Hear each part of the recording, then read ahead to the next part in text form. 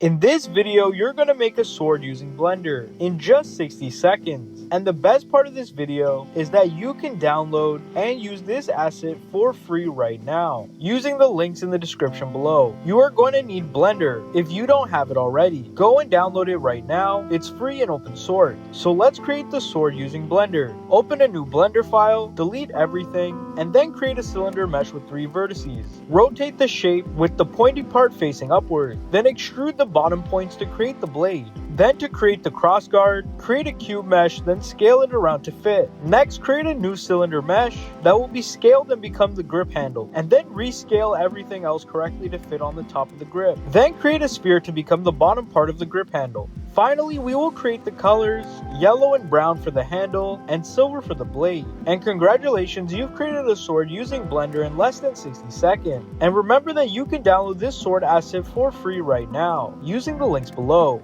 And 99.9% of you are not subscribed to the channel. So if you enjoyed the video, be sure to like and subscribe. I put a lot of time and effort into these videos, and seeing all of your positive feedback is pretty motivating. Let me know what I should make next by commenting down below. And check out some of the games I've made. Your feedback will help me make them better. Thanks for watching. See ya.